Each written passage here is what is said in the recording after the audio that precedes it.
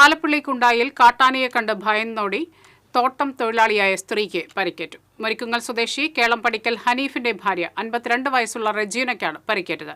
കൈക്കും കാലിനും പരിക്കേറ്റ റജീനയെ തൃശൂർ മെഡിക്കൽ കോളേജ് ആശുപത്രിയിൽ പ്രവേശിപ്പിച്ചു. ഇന്ന് രാവിലെ ഹാരിസൺ തോട്ടത്തിലാണ് സംഭവം. ടാപ്പിംഗ് ചെയ്യുന്നതിനിടെ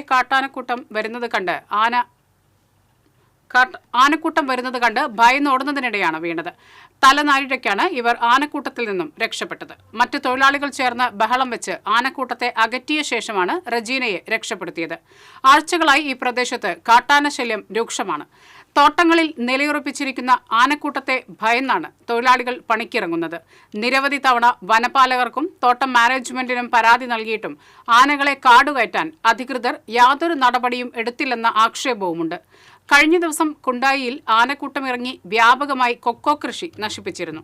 കാട്ടാന ആക്രമണം പതിവായ മേഖലയിൽ തൊഴിലാളികൾക്ക് സുരക്ഷയൊരുക്കാൻ വനപാലകർ തയ്യാറാകണമെന്നാണ് നാട്ടുകാരുടെ ആവശ്യം.